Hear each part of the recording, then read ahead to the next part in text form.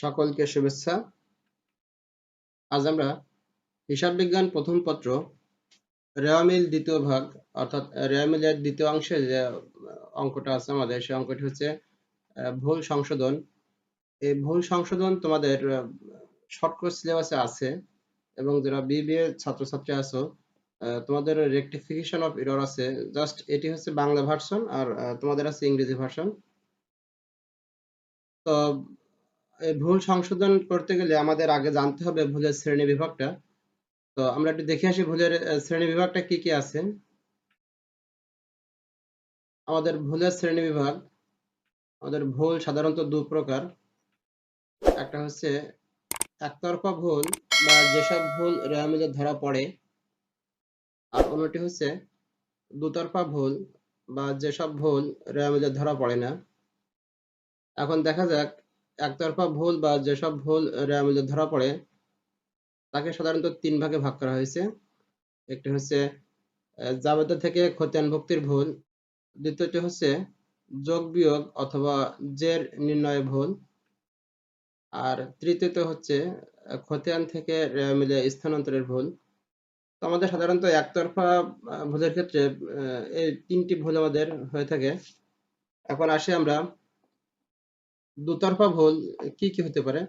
তো দুতরফা ভুলকে সাধারণত দুই ভাগে ভাগ করা হয়েছে। আমাদের একটি হচ্ছে নীতিগত ভুল, আর অন্যটি হচ্ছে করণিক ভুল। তো করণিক ভুলকে আবার চার ভাগে ভাগ করা হয়েছে। আমাদের দেখা যাচ্ছে লেখার ভুল, তারপরে আছে বাদ পড়ার ভুল, তো তারপর আছে আমাদের বেদাখিলার ভুল, তারপর পরিপূরক ভুল। তো আমরা ভুলের শ্রেণী বিভাগটা দেখছি এখানে। এখন এই ভুলগুলো সংশোধন করার কি কি পদ্ধতি আছে, বা আমরা কিভাবে এই ভুলগুলো সংশোধন করব, সে পদ্ধতিগুলো আমরা দেখি। ভুল সংশোধন পদ্ধতি, আমাদের ভুল সংশোধন পদ্ধতি সাধারণত তিনটি। তার একটি হলো রেওয়ামিল তৈরির পূর্বে ভুল, অর্থাৎ ভুল যদি আমাদের রেওয়ামিল তৈরি করার পূর্বে ধরা পড়ে, তো সেক্ষেত্রে আমাদের একটা পদ্ধতিতে আমরা সংশোধন করতে পারবো। দ্বিতীয়টি হচ্ছে রেওয়ামিল তৈরির পরে কিন্তু চূড়ান্ত হিসাব তৈরি করার পূর্বে যদি ভুল ধরা পড়ে, তখন আমরা কিভাবে তার সমাধান করব, সেটিও একটি পদ্ধতি। আর সর্বশেষ হচ্ছে চূড়ান্ত হিসাব তৈরি করার পরে, অর্থাৎ আর্থিক বিবরণী তৈরি করার পরে যদি ভুল ধরা পড়ে, তো তখন আমরা কিভাবে সংশোধন করব। তো আমাদের এই তিনটি পদ্ধতির ভিতরে আমরা আজকে রেওয়ামিল তৈরির পূর্বে যদি ভুল ধরা পড়ে, তো সেটা কিভাবে আমরা সংশোধন করব, আমরা একটা গাণিতিক সমস্যার সমাধানের মাধ্যমে আজকের এই পদ্ধতিটা আমরা দেখব। তো আমরা আজকে আলোচ্য বিষয় হচ্ছে রেওয়ামিল তৈরির পূর্বে ভুল সংশোধন। তো আমরা অঙ্কে চলে যাই।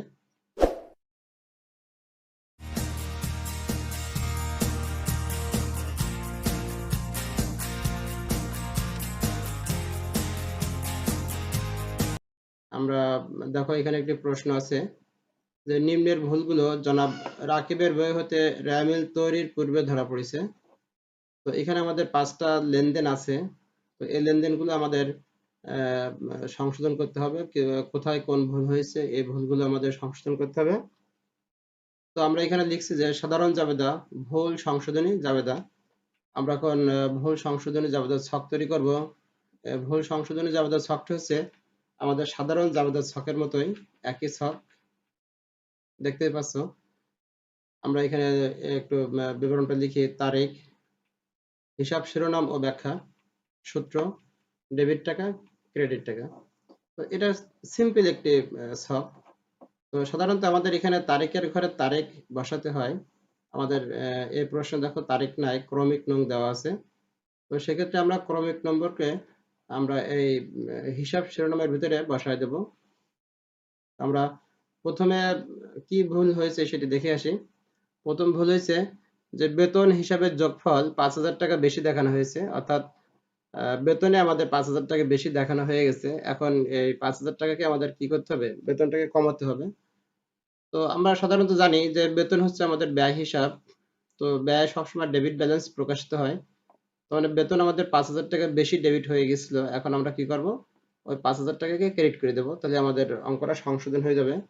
তো এটি হচ্ছে আমাদের এক পক্ষের ভুল। তো সেক্ষেত্রে আমাদের বিপরীত পক্ষটা হবে অনিশ্চিত হিসাব। আমরা দেখতে পাচ্ছি আমাদের জাবেদা হবে অনিশ্চিত হিসাব ডেবিট, বেতন হিসাব ক্রেডিট।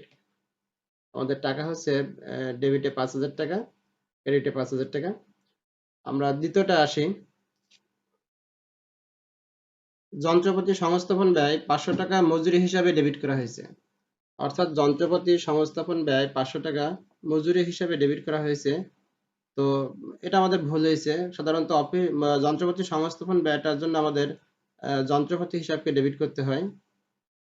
সেক্ষেত্রে আমাদের হয়ে গেছে মজুরি হিসাব। তো আমরা এখন মজুরি হিসাবকে ক্রেডিট করব এবং যন্ত্রপাতি হিসাবকে ডেবিট করব। আমরা জাবেদায় আসি, জাবেদা হচ্ছে যন্ত্রপাতি হিসাব ডেবিট, মজুরি হিসাব ক্রেডিট। টাকা হচ্ছে 500, আমরা ডেবিটে 500 টাকা এবং ক্রেডিটে 500 টাকা বসালাম। 3 নাম্বার আছে, বিক্রয় বইয়ের যোগফল 1000 টাকা কম দেখানো হয়েছে। এই বিক্রয় বই, যখনই আমাদের বই উল্লেখ থাকবে তখন আমাদের দুইটা পক্ষ আসবে, ওই বইয়ের সঙ্গে কি কি পক্ষ সংযুক্ত আছে। তো বিক্রয় বইতে সাধারণত সকল বাকিতে বিক্রয় লিপিবদ্ধ করা হয়। তো সেক্ষেত্রে আমাদের এখানে যেহেতু 1000 টাকা কম দেখানো হয়েছে, অর্থাৎ 1000 টাকার পোস্টিং কম হয়েছে, আমাদের 1000 টাকার পোস্টিংটা সাধারণ জাবেদা যেটা, সে সাধারণ জাবেদা দিয়েই আমাদের অঙ্কটা সমাধান করতে হবে। তো সাধারণত বাকিতে বিক্রয় করলে আমাদের জাবেদা হয় প্রাপ্য হিসাব ডেবিট এবং বিক্রয় হিসাব ক্রেডিট। টাকা হবে আমাদের 1000 টাকা, 1000 টাকা ডেবিট, 1000 টাকা ক্রেডিট। আমরা 4 নম্বরে আসি, কম্পিউটার ক্রয় 2000 টাকা অফিস খরচ হিসাবে ডেবিট করা হয়েছে। তো যেহেতু এটা আমাদের অফিস খরচকে ডেবিট করা হয়েছে, আমরা এখন অফিস খরচকে ক্রেডিট করব এবং অফিস সরঞ্জামকে ডেবিট করব। আমরা 4 নম্বরের সমাধানে আসলাম যে অফিস সরঞ্জাম হিসাব আমাদের ডেবিট এবং অফিস খরচ হিসাব ক্রেডিট। টাকা হবে 2000। রনিকে বেতন প্রদান 3000 টাকা তার হিসাবে ডেবিট করা হয়েছে। অর্থাৎ রনিকে বেতন প্রদান করা হয়েছে, কিন্তু সেখানে বেতন হিসাব না লিখে আমরা রনি হিসাবকে ডেবিট করে ফেলছিলাম। এখন আমরা রনি হিসাবকে ক্রেডিট করব এবং বেতন হিসাবটাকে ডেবিট করব। তো আমরা সমাধানে আসলাম যে বেতন হিসাব ডেবিট, রনি হিসাব ক্রেডিট। আমরা ডেবিটে 3000 টাকা এবং ক্রেডিটে 3000 টাকা বসালাম। তো আমাদের দেখো বন্ধুরা, এটা হচ্ছে আমাদের ভুল সংশোধনের জাবেদা। তো আমরা ধারাবাহিকভাবে যে 3টি পদ্ধতিতে আমাদের ভুল সংশোধন করতে হয়, এই পদ্ধতিগুলো নিয়ে আমরা কাজ করব।